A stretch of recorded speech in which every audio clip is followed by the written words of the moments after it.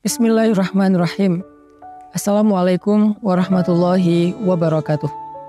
Teman-teman sekalian, kita hari ini akan lanjutkan sharing dan konten tentang libatin Allah. Konten libatin Allah ini sebetulnya konten tentang ilmu akidah dan ma'rifatullah, ilmu tentang yakin kepada Allah dan bagaimana cara bersandar dan bergantung kepada Allah Subhanahu wa taala dengan lebih mengenal kebesaran Allah, baik sifat-sifat Allah, nama-nama Allah, kekuasaan Allah, dan seterusnya.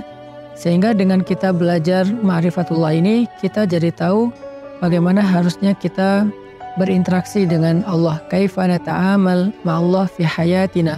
Gimana cara kita melibatkan Allah dalam kehidupan kita sehari-hari. Kenapa penting sekali melibatkan Allah dalam kehidupan kita sehari-hari? Karena sesungguhnya manusia itu tidak bisa hidup hanya dengan mengandalkan dirinya. Orang kalau misalnya cuma mengandalkan dirinya, maka hidupnya akan banyak zalal. Zalal itu banyak trouble, banyak mentoknya. Karena kita ini dhaif, kita ini halu'ah, kita ini ajula, kita ini banyak keterbatasannya. Bahkan cenderungnya manusia itu rugi. Sebagaimana yang kita sering ulang-ulang ayatnya, innal insan lafi khusr. Manusia itu pada dasarnya banyak merugikan diri sendiri, kecuali kalau dia beriman kepada Allah, artinya dia bergantung kepada Allah. Illal ladzina amanu dan seterusnya. Makanya belajar melibatkan Allah itu sesuatu yang sangat darurat ya, sesuatu yang sangat penting dalam kehidupan kita. Kalau kita pengen ada keajaiban dalam hidup kita, atau pengen dikasih jalan keluar ketika kita mentok, atau kita pengen meraih hal-hal yang kita anggap mustahil. Kenapa? Karena kata mustahil itu hanya berlaku untuk kita, tidak berlaku untuk Allah. Karena Allah ala kulli syai'in qadir. Banyak hal yang bagi kita itu jauh, tapi bagi Allah dekat. Bagi kita itu besar, tapi bagi Allah itu kecil. Bagi kita itu mahal, bagi Allah itu murah. Bagi kita itu tinggi, gak terjangkau, bagi Allah itu rendah dan sangat mudah gitu. Bagi kita sulit, bagi Allah itu mudah. Jadi kalau kita hidup hanya dengan mengandalkan diri kita, banyak hal yang akan kita hadapi dengan hanya berkeluh kesah. Tapi kalau kita hidup dengan melibatkan Allah, justru kita akan menjadi orang yang optimis. Lalu ketika kita dapat masalah, kita sabar. Kalau kita dapat nikmat, kita syukur. Dan itulah hakikat dari kebaikan hidup seseorang. Antara sabar, syukur, karena kedua-duanya adalah khair. Kedua-duanya adalah kebaikan bagi dia. Pada episode kali ini saya akan mencoba untuk berbagi dengan teman-teman sebuah hikmah. Hikmah itu kalau dalam bahasa Arab kata para ulama artinya al-isabah fil qawli wal amal. Baik atau tepat dalam ucapan dan tepat dalam perbuatan. Jadi orang yang hakim, orang yang ahli hikmah itu ucapannya itu tepat. Jadi pas gitu, ucapannya itu mengena, ucapannya itu sesuai dengan kadarnya, tidak berlebihan, tidak juga kurang. Itulah orang yang hikmah atau hakim. Nah, di antara orang-orang yang hikmah itu nanti kita juga mengenal namanya Luqmanul Hakim. Di dalam Al-Quran ada suratnya, yaitu surat Luqman. Nah, ada banyak sekali hikmah yang disampaikan para ulama tentang bagaimana cara kita melibatkan Allah. Dan hikmah ini pasti diambil dari Al-Quran dan hadis yang kemudian dibahasakan ulang dengan bahasa para ulama. Salah satu kitab yang saya suka banget, yang isinya adalah kumpulan hikmah-hikmah, kumpulan kata-kata yang bijak dan penuh dengan kebaikan, itu adalah kitab Al-Hikam yang ditulis oleh seorang ulama besar dari Mesir yang bernama Ibnu Athaillah As-Sakandari. Nah, beliau menulis kitab hikam yang sangat terkenal. Salah satu di antara hikmah yang luar biasa tentang bagaimana cara kita melibatkan Allah itu, beliau mengatakan, min alamatil i'timad 'alal amal nuqsanur raja 'inda wujudiz zalal. Salah satu di antara tanda-tanda orang terlalu bergantung kepada ikhtiar, bergantung kepada amalnya, bergantung kepada perbuatannya, bergantung kepada usaha dirinya adalah nuqsanur raja. Berkurangnya harapan kepada Allah inda wujudiz zalal, ketika ada masalah dalam hidupnya. Maksudnya apa? Seringkali kita gini, kita tuh jadi kayak berani berharap yang baik-baik kepada Allah kalau apa yang kita harapkan itu masih logis. Jadi kita kayak tahu gitu gimana cara mengikhtiarkan hal itu. Kita tahu bagaimana cara mendapatkan hal itu sehingga kita masih berharap pada Allah, ya Allah mudahkanlah saya. Misalnya kayak kita pede bisa dapat kerjaan, atau misalnya kita udah ngerasa bahwa insya Allah saya layak mendapatkan pekerjaan itu sehingga kita mendaftar di sebuah perusahaan. Kita masih berharap pada Allah supaya Allah mudahkan urusan kita. Tapi ketika ternyata kita ditolak sana sini, kita ketuk setiap pintu-pintu di bumi, ternyata nolak kita sehingga kita nggak punya kerjaan, kita tiba-tiba jadi putus asa, jadi nggak berharap lagi, jadi nggak optimis, karena ngerasa kayaknya pintu-pintu bumi udah tertutup. Karena ngerasa kayaknya ikhtiar kita itu udah mentok, kayaknya udah nggak ada lagi perusahaan yang bisa kita hubungi gitu. Sehingga ketika pintu-pintu di bumi udah tertutup, kita jadi berkurang juga harapan kita kepada Allah. Padahal orang yang baik dalam melibatkan Allah dalam hidup itu justru di saat pintu-pintu di bumi tertutup, dia masih berharap kepada Allah. Di saat itulah Allah terlibat. Jadi jangan sampai ketika pintu bumi tertutup, manusia meninggalkan kita, jalan-jalan ikhtiar itu udah kayaknya udah mentok, kita jadi berprasangka buruk dan tidak lagi berani berharap yang baik-baik kepada Allah. Justru ketika keadaan kita lagi sulit, keadaan kita lagi mentok, pintu-pintu di bumi tertutup, manusia meninggalkan kita, justru saat itulah saat kita bisa melibatkan Allah seutuhnya karena tidak tercampur dengan keyakinan kita kepada makhluk. Dan saat itulah saat yang paling ajaib, saat kita mentok. Maka harusnya ketika kita mentok, ketika kita merasa kayak nggak ada harapan di antara manusia atau di bumi, kita justru semakin besar harapannya kepada Allah Subhanahu wa Ta'ala. Dan itulah cara paling ajaib melibatkan Allah dalam urusan kita. Kayak masalah jodoh misalnya. Ada orang yang dia udah siap menikah, udah punya pekerjaan tetap, punya penghasilan yang baik, kemudian secara penampilan dia juga good looking, orangnya juga baik gitu. Terus dia suka sama seorang cewek. Datanglah dia untuk melamar cewek tersebut. Dan sepertinya cewek itu juga kayaknya perhatian sama dia. Sehingga dia gak tahu GR apa enggak, dia kayak berharap kayaknya nih udah waktunya nih saya serius dan melamar dia. Sebelum dia berangkat ke rumah calon istrinya, dia berdoa kepada Allah, ya Allah mudahkan urusan saya, ya Allah semoga saya bisa menjadi suami yang baik bagi dia, semoga lamaran saya diterima, bla bla bla. Dia berdoa kepada Allah, dia berharap pada Allah karena dia percaya bahwa ada jalan untuk mendapatkan yang dia inginkan.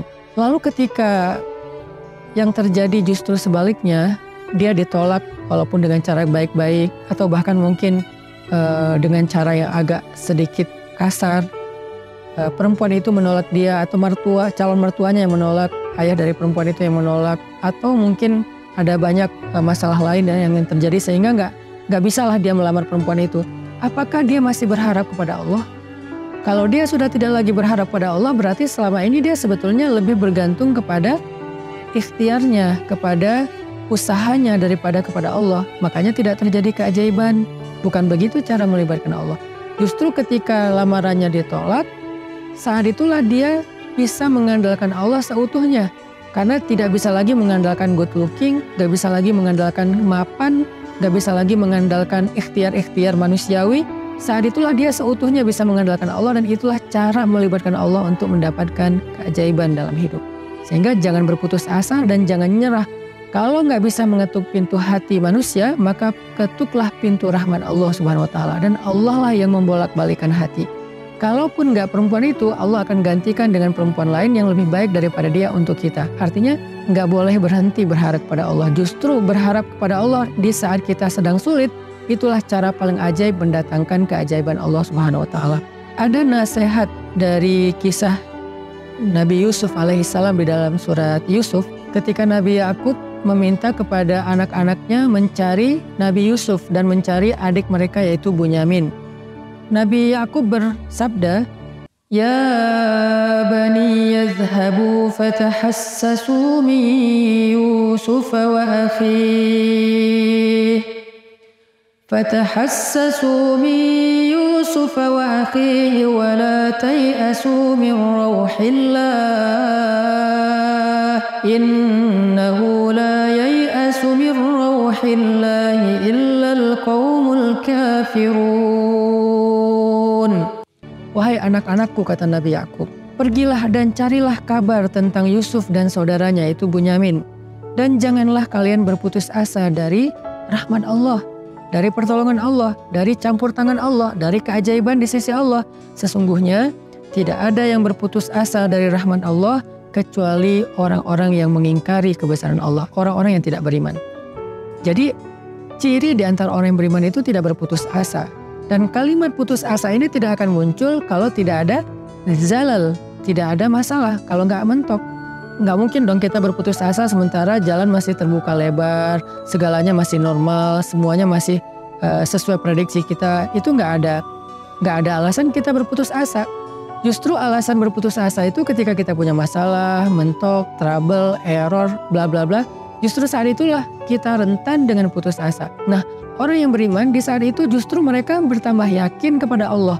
Tidak menjadi orang yang yai'as, menjadi orang yang berputus asa atau yusi'udzon billah, mereka berburuk sangka kepada Allah. Wa tadhunnuna billahi dzunun. Kalian berprasangka kepada Allah dengan prasangka yang tidak pantas. Kenapa? Karena orang beriman tidak pernah berhenti berharap kepada Allah yang baik-baik. Bahkan ketika ada masalah paling berat dalam hidupnya, saat itulah dia semakin berharap kepada Allah dan semakin bergantung kepada Allah. Dan saat itulah keajaiban Allah terjadi. Coba renungkan firman Allah di dalam surat An-Naml ayat 62. Bismillahirrahmanirrahim. Amman yujibul muttarra idza da'ah. Amman yujibul muttarra idza da'ahu wa yakshifu as-su' wa yaj'alukum khulafa'al ardh. أإله مع الله أإله مع الله قليلا ما تذكرون.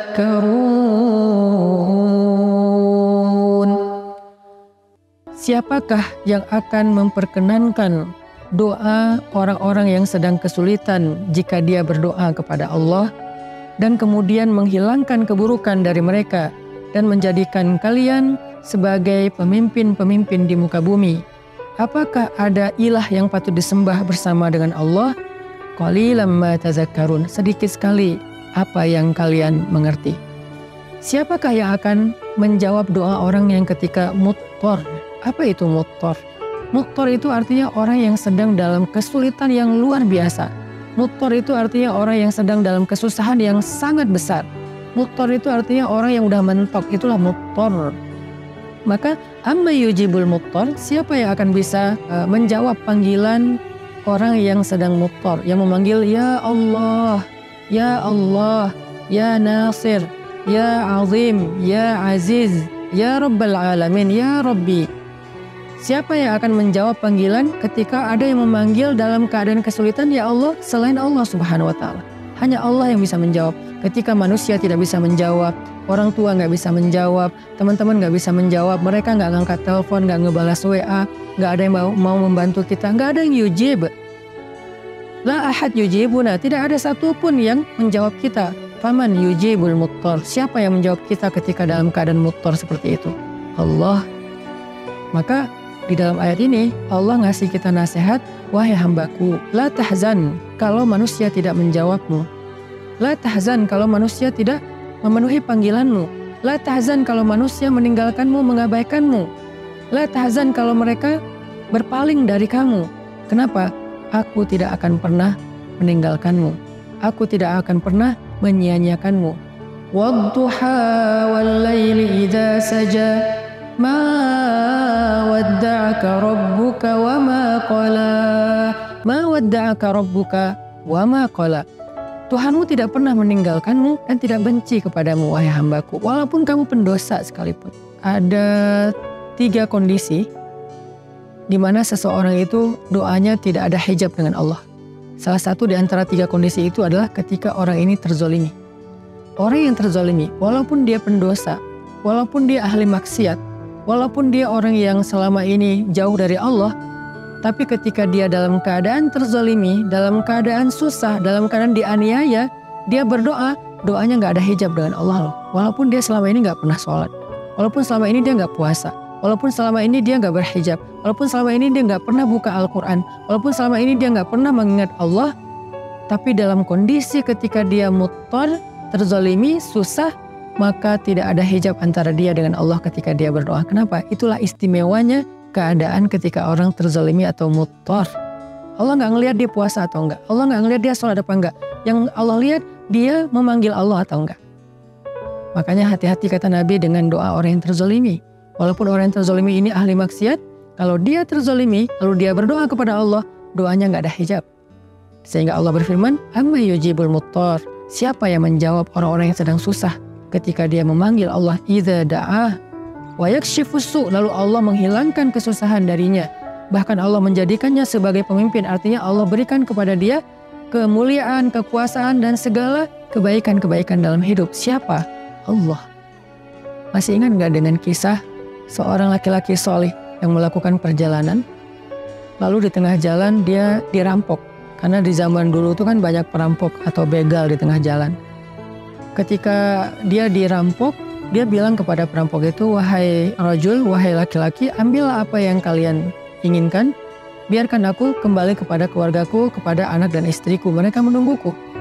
Kata perampok ini, adapun harta-harta ini sudah pasti bisa kami ambil, tapi berikutnya yang kami inginkan adalah membunuhmu. Kamu tidak akan bisa melanjutkan perjalanan.